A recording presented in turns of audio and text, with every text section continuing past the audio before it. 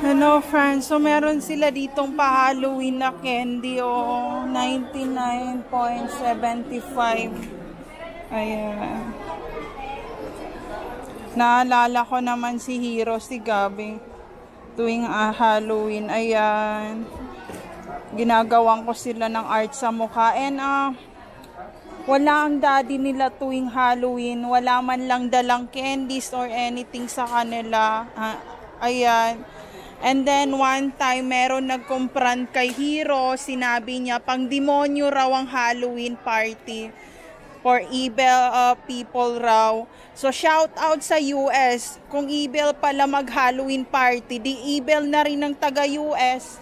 So ayun ang laging sinabi ko sa anak ko, hindi totoo yun Hero na demonyo ang Halloween. Lahat ng tao gusto magkaroon ng Halloween party para maalala yung mga yumahong nila na mahal sa buhay na hindi na nila makakasama forever.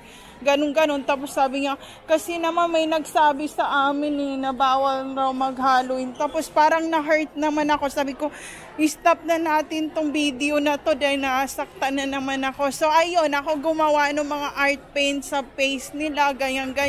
Tapos nag-effort pa ako. So ayun, kung sino ka man, wag mong sabihan na demonyo yung mga bagay na alam mo sarili mo na gusto ng mga anak ko na doon magstay sa reliyon na yon.